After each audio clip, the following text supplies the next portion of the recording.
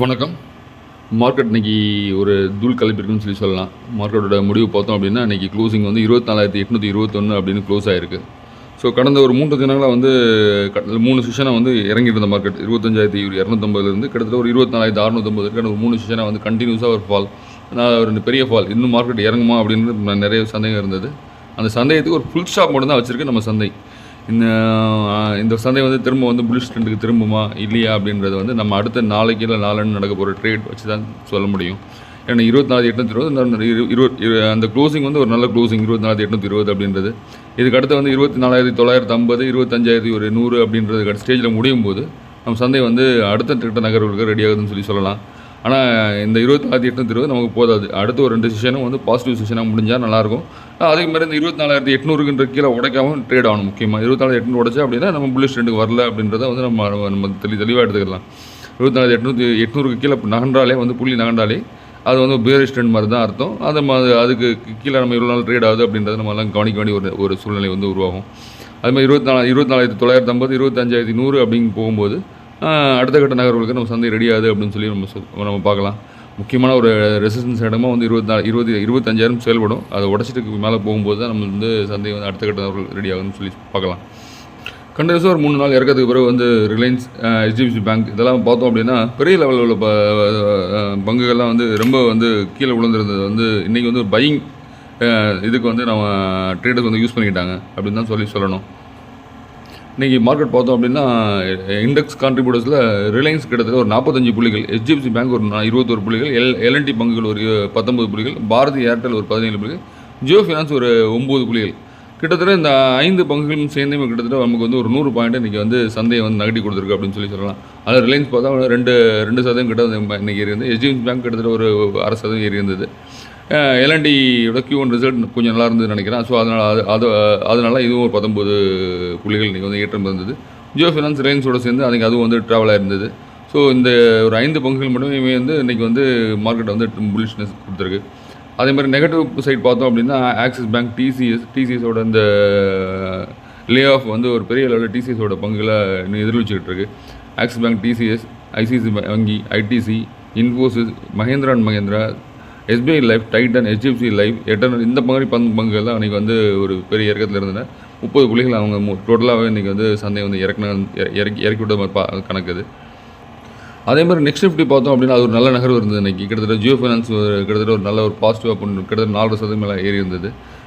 37 பங்குகள் அதில் பாசிட்டிவாக இருந்தது. 12 பங்குகள் அதில் வந்து நெகட்டிவ் பார்த்தா SBI card, Shree Cement, BEL, Cholamandalam Finance, Dabur, Godrej Consumer, HAL, Canara Bank, IndiGo, Ambuja Cement, Marico, Naukri. So இந்த பங்குகள்லாம் வந்து இன்றைக்கி வந்து இறக்க கண்ட பங்குகளாக இருந்தது. அதே மாதிரி மிட்கேப்பில் வந்து ஏரிய பங்குகள் அப்படின்னு சொல்லி பார்க்கும்போது ஜியோ ஃபினான்ஸ், அதானி பவர், போஸ்ட், Torrent Pharma, Varun Beverages, Bajaj Holding, REC, DLF, Power Finance Corporation, SRF, PNB, DMart, GAIL, Adani Green, Zydus Life இந்த மாதிரி பங்குகள் இன்றைக்கி ஏறி இருந்தது. பேங்க் ஆஃப் பரோடா இதெல்லாம் வந்து இன்றைக்கி ஏற்றம் கொடுத்த பங்குகளாக இருந்தது. நெக்ஸ்ட் நிஃப்டி பார்த்தோம் அப்படின்னா கிட்டத்தட்ட ஒரு 610 புள்ளிகள் அதிகரித்து 67,379 அப்படின்ற புள்ளிகள் வந்து முடிஞ்சிருக்கு.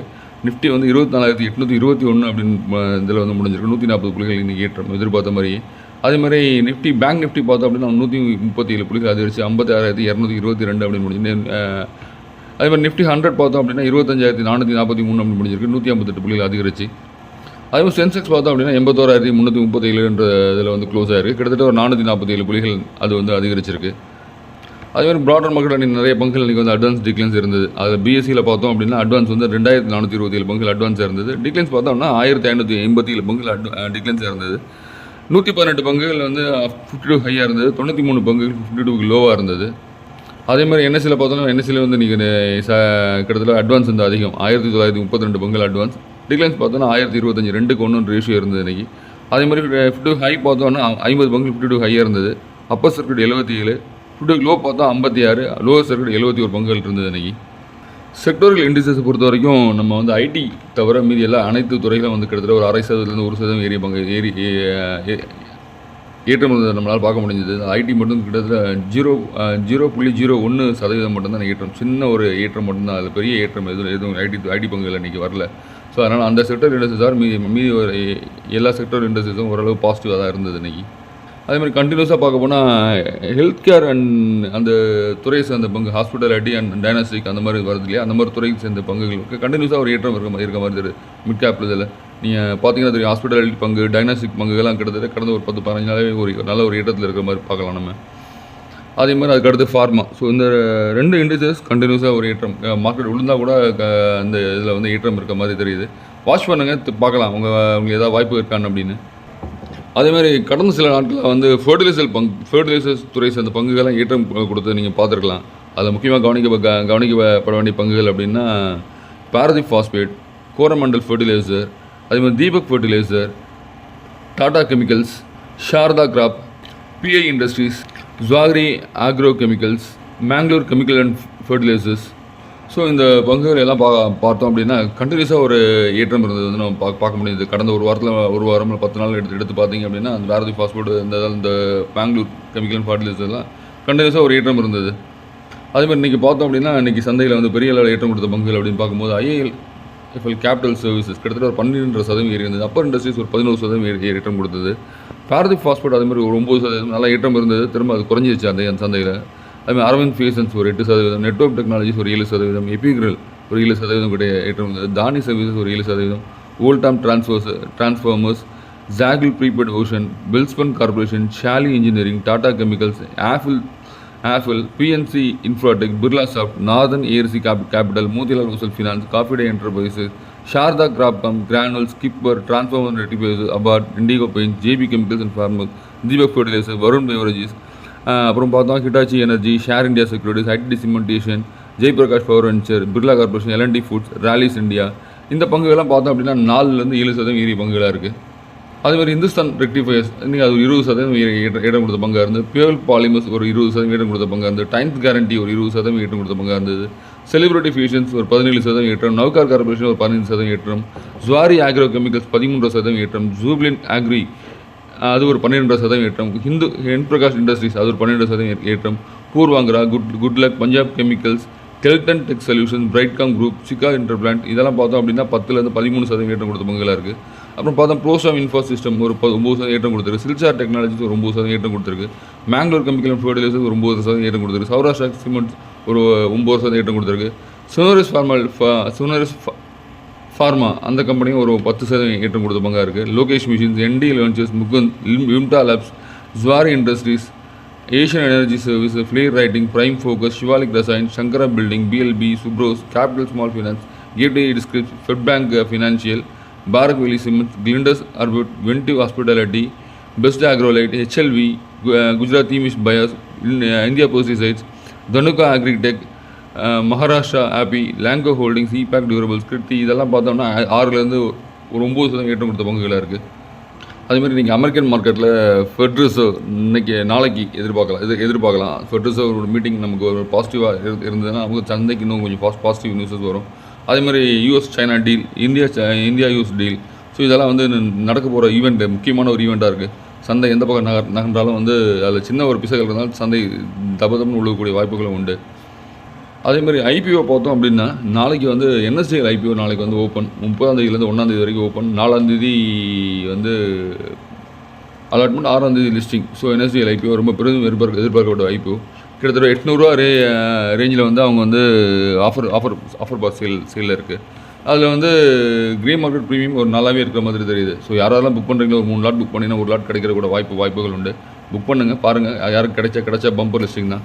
கிட்டத்தட்ட ஒரு 130 150 ரூபாய்க்குள்ளே வந்து கிரே மார்க்கெட் ப்ரீமியம் இருக்கிற மாதிரி தெரியுது. ஸோ அதில் வந்து உங்களுக்கு வாய்ப்பு இருந்தால் அது ஒரு அமௌண்ட் கிடைக்கும். அதுமாதிரி இன்னொரு ஐபிஓ நாளைக்கு ஓப்பன், எம்என்பி இன்ஜினியரிங் ஐபிஓ அப்படின்னு சொல்லி நாளைக்கு ஓப்பன். அது வந்து 385 ரூபா ப்ரைஸ் பிளானில் வந்து ஓப்பன் பண்ணுறாங்க. 650 கோடி ரூபாய்க்கு வந்து இஷ்யூ இருக்குது. அப்புறம் டோக்கியோ நெட்வொர்க்ஸ் பிஎஸ்சியில் வந்து லிஸ்டிங் பட போகிற ஒரு பங்கு 54 ரூபா வந்து ப்ரைஸ் பிளான் அலாட் பண்ணியிருக்காங்க. அதே மாதிரி மெஹூல் கலர்ஸ் பிஎஸ்சி அதே மாதிரி அதுவும் வந்து 30ஆம் தேதி தான், 30ஆம் தேதி ஓப்பன். 4லேருந்து 1ஆம் தேதி ஆகஸ்ட் வரைக்கும் இருக்குது. அதுலேயும் 72 ரூபா வந்து ப்ரைஸ் பிளான் ஃபிக்ஸ் பண்ணியிருக்காங்க. அதே மாதிரி பிடி இண்டஸ்ட்ரீஸ் பிஎஸ்சியில் வந்து பட்டியலிட போகிற ஒரு பங்கு எஸ்எம்இ ஐபிஓ தான். இதுவும் 108 ரூபா ரேஞ்சில் வந்து கொடுத்துருக்காங்க. 43 கோடி ரூபாய்க்கு தான் பொங்கோட வெளியிட்டு இது இருக்குது. அதுமாதிரி Sri Lotus Developers IPO, Sri Lotus Developers அப்படின்ற ஒரு இது 150 ரூபா ரேஞ்சில் கொடுத்துருக்காங்க. இது வந்து மெயின் போர்டு ஐபிஓ இது ஸ்ரீ லோட்டஸ் டெவலப்பர்ஸ் அப்படின்றது 150 ரூபா பங்கோட ரேஞ்ச் கொடுத்துருக்குறாங்க. 792 கோடி ரூபாய்க்கு வந்து ஐபிஓ வந்து வெளியிடுறாங்க. அது வந்து இது வந்து 30ஆம் தேதி. ஸோ அதுக்கடுத்து 31ஆம் தேதி வெளியேற ஐபிஓ பார்த்தோம் அப்படின்னா கேஷ் யுவர் டிரைவ் மார்க்கெட்டிங் அப்படின்னு என்எஸ்சியில் வந்து பட்டியலிட போகிற ஒரு எஸ்எம்இ ஐபிஓ இது 130 ரூபா வந்து ப்ரைஸ் பேண்ட் ஃபிக்ஸ் பண்ணியிருக்காங்க. 57 கோடி ரூபாய்க்கு இஷ்யூ வந்து இது பண்ணியிருக்காங்க. ஒரு ரீனோல் பாலிசம் அப்படின்ற ஒரு இது பண்ணியிருக்காங்க. அது வந்து என்எஸ்சியில் பட்டியலிட போகிற ஒரு எஸ்எம்இ ஐபிஓ தான். 105 ரூபா ப்ரைஸ் பேண்ட் ஃபிக்ஸ் பண்ணியிருக்காங்க. இந்த ஐபிஓவில் நாளன்று வந்து உங்களுக்கு அதுக்கடுத்து 1ஆம் தேதிக்கு மேலே வர ஐபிஓ பார்த்தோம் அப்படின்னா ஃப்ளைபீஸ் ஏவியேஷன் என்எஸ்சி அது என்எஸ்சியில் பட்டியலிடப்படும். ஜோதி குளோபல் பிளாஸ் அதுவும் என்எஸ்சியில் வந்து எஸ்எம்இ ஐபிஓ. பார்த் எலக்ட்ரிக்கல்ஸ் அப்படின்ட்டு ஒரு எஸ்எம்இ ஐபிஓ அதுவும் வந்து என்எஸ்சியில். அதாவது இது வந்து 4ஆம் தேதி இன்னைக்கு ஓப்பன், 6ஆம் தேதி க்ளோசிங். ஸோ கடைசி 1ஆம் தேதிக்கு ஒரு ஐபிஓ வந்து இருக்குது. 1ஆம் தேதி ஓப்பன் ஆகி 5ஆம் தேதி வரைக்கும் இருக்குது. 6ஆம் தேதி அலாட்மெண்ட், 8ஆம் தேதி லிஸ்டிங். இது ஃப்ளைஸ் பிஎஸ் ஏவியேஷன் அப்படின்ற ஒரு ஐபிஓ மட்டும். அது எஸ்எம்இ ஐபிஓ தான். 98 கோடி ரூபாய்க்கு வந்து ஐபிஓ இஷ்யூ பண்ணுறாங்க. அது இன்றைக்கி முடிவடைஞ்ச ஐபிஓவில் பெரும் எதிர்பார்க்கப்பட்ட ஐபிஓவில் வந்து பார்த்தோம் அப்படின்னா Aditya Infotech 675 price band fix பண்ணியிருந்தாங்க. கிட்டத்தட்ட ஒரு சப்ஸ்கிரிப்ஷன் பார்த்தா கிட்டத்தட்ட ஒரு நிறையா சப்ஸ்கிரிப்ஷன் இருந்த மாதிரி தெரியுது. அதே மாதிரி எஸ்எம்இ ஐபிஓன ரீபோனும் பிஎஸ்சியில் பட்டியலிடப்படணும். இதுக்கு வந்து சப்ஸ்கிரிப்ஷன் கொஞ்சம் அதிகமாக தெரிஞ்சுது. ஸோ இந்த 2 நிறுவனங்களும் பட்டியலிட போகும்போது ஒரு நல்ல ஒரு ப்ரீமார்க்கெட் பிரியத்தோட நல்ல ஒரு ப்ரைஸில் வந்து லிஸ்டிங் ஆகும் அப்படின்னு நான் நினைக்கிறேன். பார்க்கலாம் லிஸ்டிங் எந்த மாதிரி இதில் வந்து ப்ரைஸ் பேண்ட் வருது அப்படின்றது. அதே மாதிரி மார்க்கெட் டைமில் சந்தை ஏற்றத்தப்போ நம்ம வாட்ஸ்அப் குரூப்பில் ஒரு 2 பிரேக் அவுட் ஸ்டாக்ஸ் நம்ம பார்த்தோம். ஒரு நல்ல ஒரு ட்ரெண்ட் லைனில் பிரேக் அவுட் ஆன ஸ்டாக்ஸாக இருந்தது. டாடா கெமிக்கல்ஸ் பண்ணியிருந்தேன். உங்களை வாங்க சொல்லி இது பண்ணல. ஸோ இதெல்லாம் பிரேக் அவுட் ஆகிருக்கு அப்படின்றத ஞாபகப்படுத்தணும் உங்களுக்கு. ஸோ வாங்குறது வந்து உங்கள் யாராவது செபி ரிஜிஸ்டர்ட் அட்வைசர் கேட்டு வாங்குறதா பை பண்ணலாம். அதே மாதிரி இன்னொரு பங்கு வந்து கேப்ரியல் இந்தியா அப்படின்ற ஒரு பங்கு வந்து நான் சொல்லியிருந்தேன், வாட்ஸ்அப் குரூப்பில் ஷேர் பண்ணியிருந்தேன். ஸோ இந்த 2 பங்கு வந்து நீங்கள் கவனிக்கலாம். அப்படியே வாங்குறதா இருந்தால் நீங்கள் வந்து செபி ரிஜிஸ்டர்ட் அட்வைசரை கேட்டுட்டு நீங்கள் வந்து பை பண்ணலாம். ஸோ நாளை மார்க்கெட் கண்டினியூவாக ரேலி இருக்குமா அப்படின்றத நம்ம பெருசாக எதிர்பார்க்கலாம். முடியும் போது 25,000 கிட்ட முடிஞ்சது அப்படின்னா மார்க்கெட் அடுத்த நகர்வுகளுக்கு நமக்கு ரெடி ஆகுது அப்படின்னு அர்த்தம். பார்க்கலாம் மார்க்கெட் எப்படி இருக்குன்னு அப்படின்றத. யாராவது வாட்ஸ்அப் குரூப்பில் ஜாயின் பண்ணால் டிஸ்கிரிப்ஷனில் லிங்க் இருக்குது, ஜாயின் பண்ணிக்கோங்க. தேங்க்யூ.